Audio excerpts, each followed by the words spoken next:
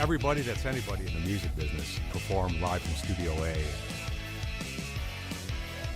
It's Columbus radio at its finest. They like it. That's where the support comes from. I love WCBE, and I can't imagine Columbus without it.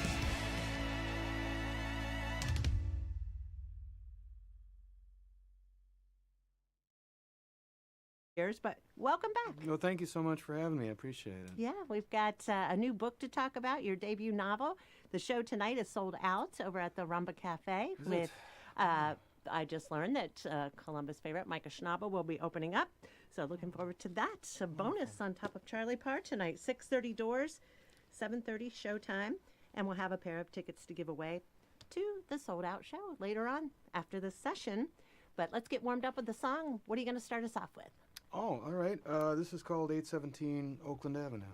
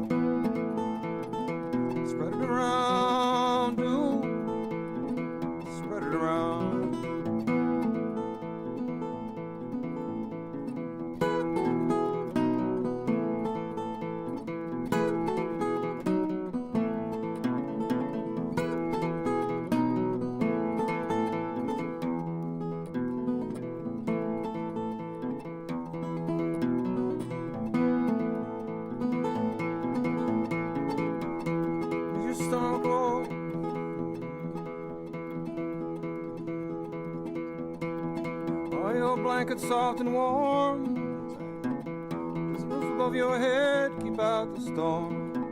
Can you save someone else from being cold? Spread it around, spread it around, spread it around, do, spread it around.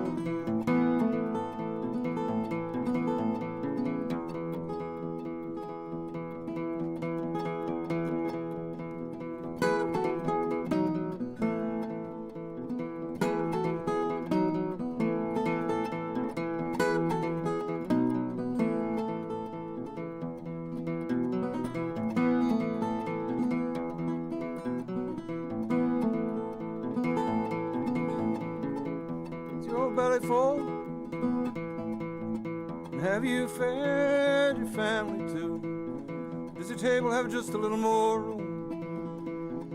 Spread it around, spread it around, spread it around, do, spread it around.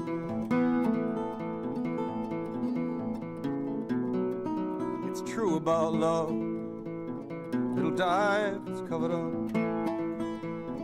It's got to be all given away, so we can all feel the heat that's raised.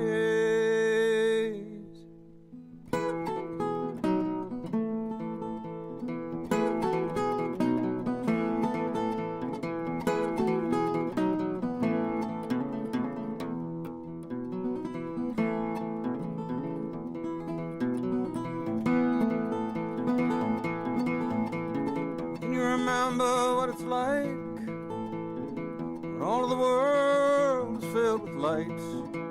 How do you have that in your sight? Spread it around. Spread it around. Spread it around, dude. Spread it around.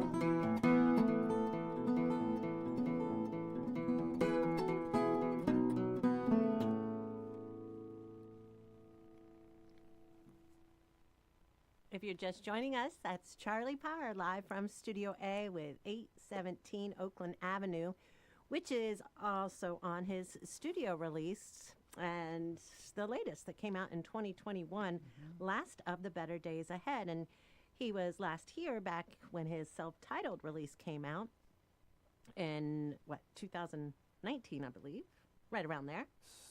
Sounds good. Sounds yeah. good.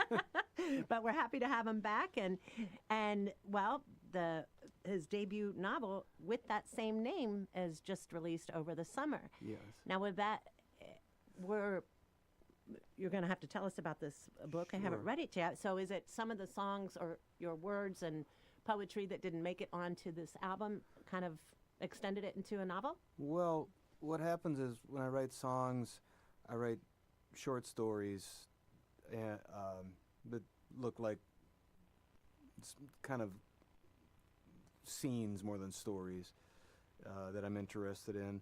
I have melodies stuck in my head. I go through the stories and I find lines that fit the melodies and still kind of retain a quality of a story.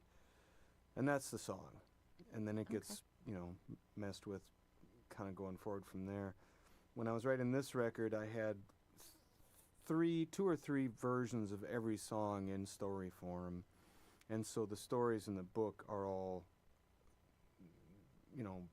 versions of the songs that I didn't find anything to make songs out of within them. So I just edited them out a little bit and put them in a book. Okay. And so, is this the way you've always written your stuff? Yeah. And where did you learn to do it that way? I didn't learn to do it that way. I just started doing it. I wanted to write, before I started writing songs, I just kind of wanted to write.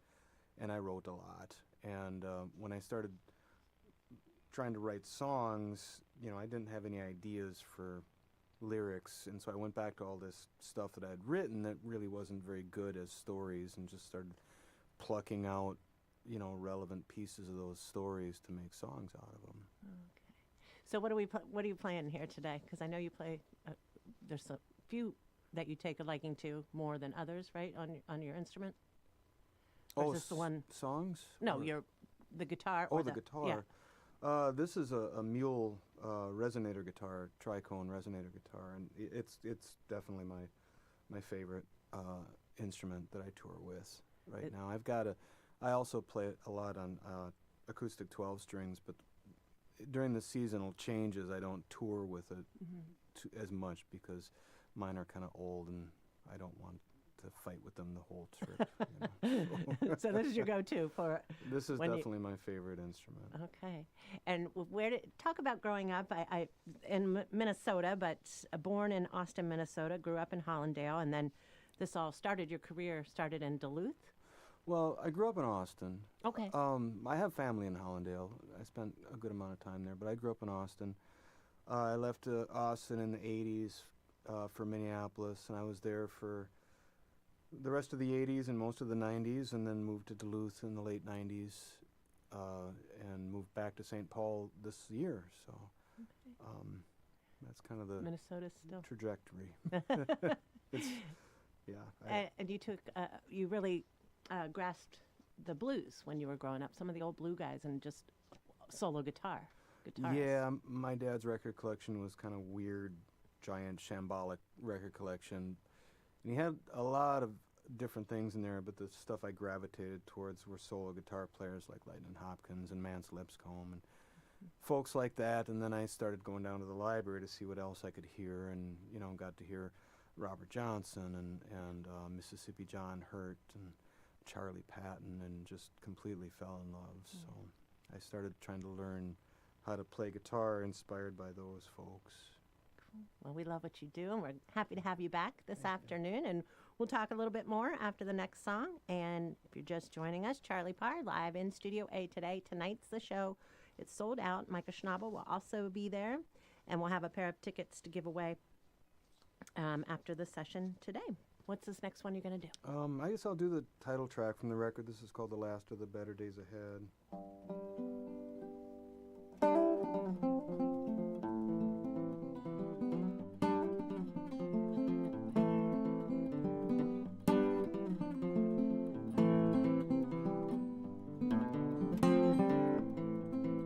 Well, money can't buy back that 64 Falcon. You sold it in your 20s and regretted it was gone, 'cause you thought it contained some meaning or some answers to a life that you'd never bothered to question, or even take a good close look at.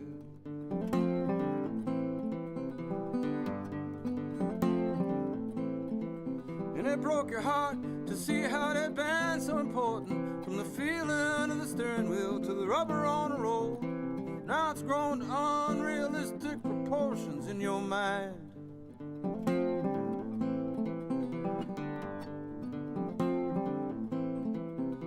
Now in your 50s, why can't you forget how the chrome bumpers shine in the sun? And if you could just go back, even for a minute, you could forget how you don't even know what it was that you lost.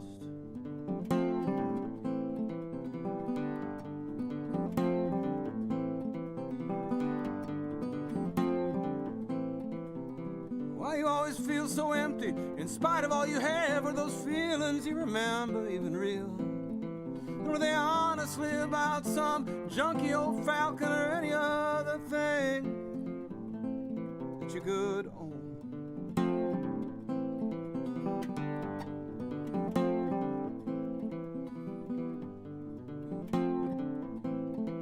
And now it's all so stale and you feel so very old, like you've taken all your chances and tossed them all aside for some stupid piece of metal and shiny bits of trash that line the stolen nest of a greedy neighborhood crow.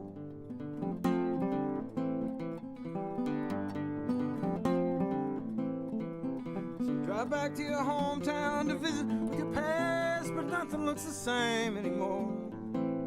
And you can see all that you squandered when you were shining all that chrome. You were handed all you needed without cost, but you were too blind to see it, and you took it all for granted. And now you want to complain? Tell me just what it was that you lost.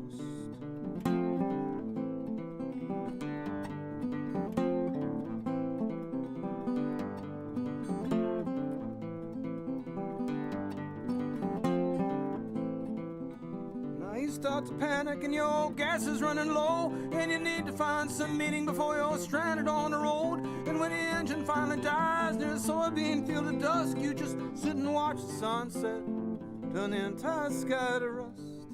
Turn the entire sky to rust. Turn the entire sky to rust. It's the lead-off title track. Charlie Parr, live from Studio A, Last of the Better Days Ahead. And there's also his debut novel of that same name out now.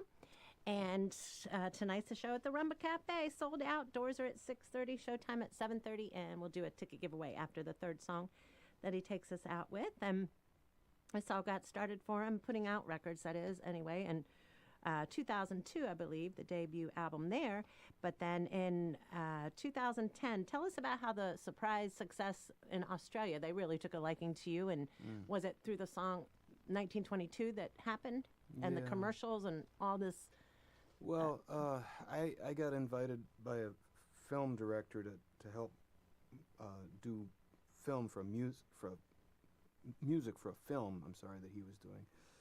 And I wanted to do that, and I was working a little bit on that, but it wasn't really going anywhere. He apparently made a commercial to make some money for his film project and pitched this commercial with my music as a placeholder, and they wanted that as a whole thing with my music in it, which, I don't write songs for commercials, so I don't know how that works, but right.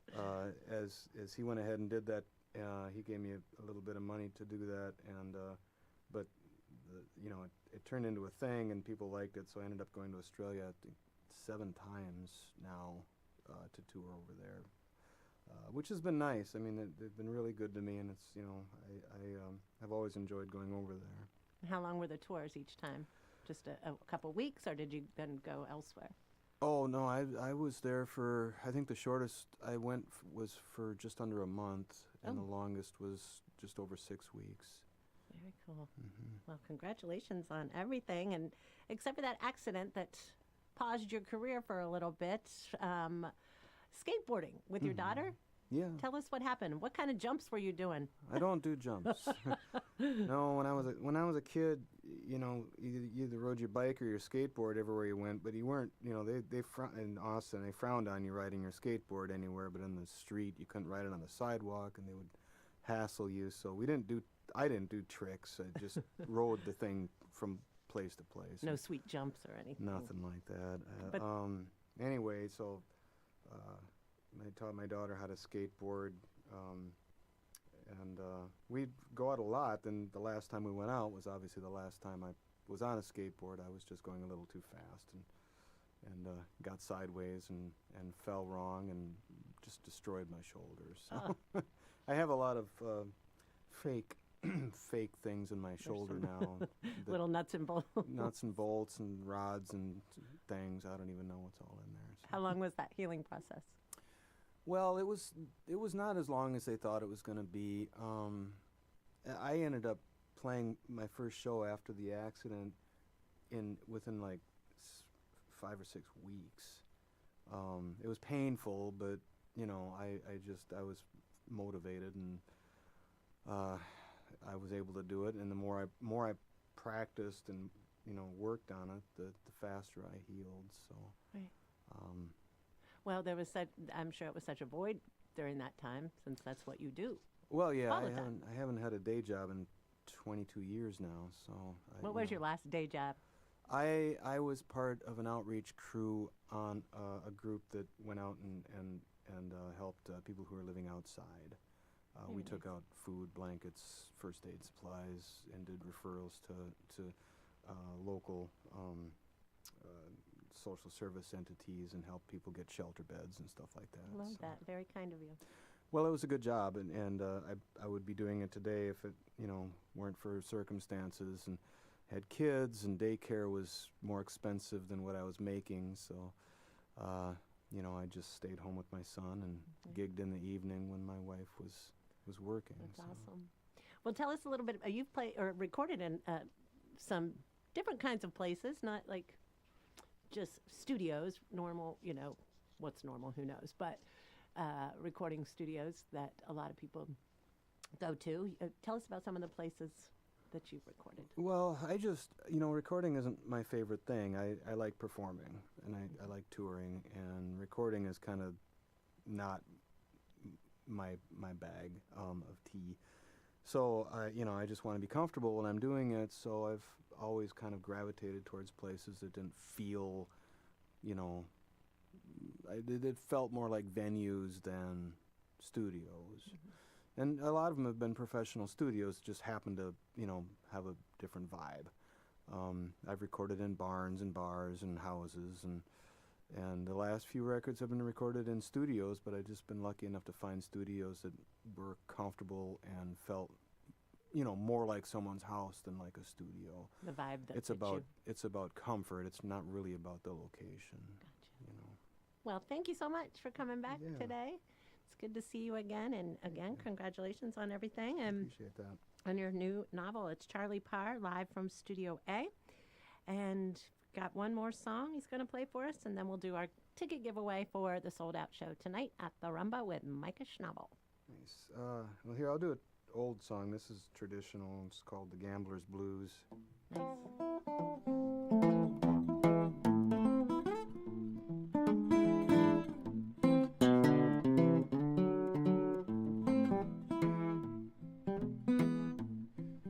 I was down at old Joe's ballroom at the corner of the square, and serving them drinks as usual, Lord, and the usual crowd was there.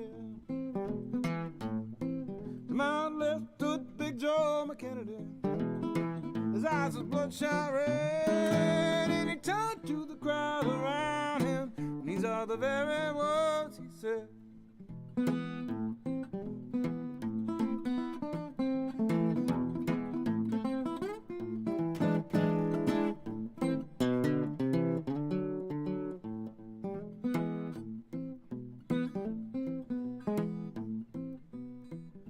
I was down at St. James Infirmary. I saw my baby there. She was stretched out on a long white table, so sweet, so cold, so fair. Let her go, God bless her, wherever she may be. Search this wide world over now, Lord, never find another loving man like me.